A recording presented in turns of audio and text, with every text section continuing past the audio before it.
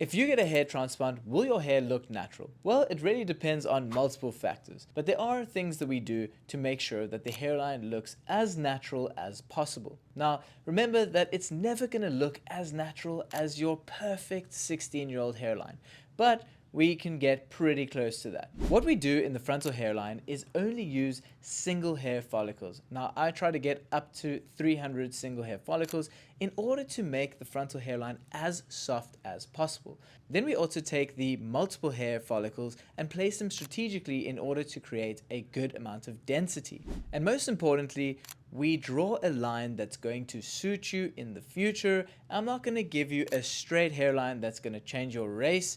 It's going to look ridiculous. We also use micro irregularities within the frontal hairline to make it as natural as possible, because if you look at any natural hairline, it's never going to be straight. There are irregularities within it. So we're going to take a hairline that suits you, that you can hopefully age into gracefully, and we're going to measure the area out perfectly so we know exactly how many follicles we need so that we don't have to over extract, and we can use the exact amount of follicles to fill the area that we need to fill. I hope this made sense, and if you have any other questions, please ask more, because we want to answer all the questions that you have.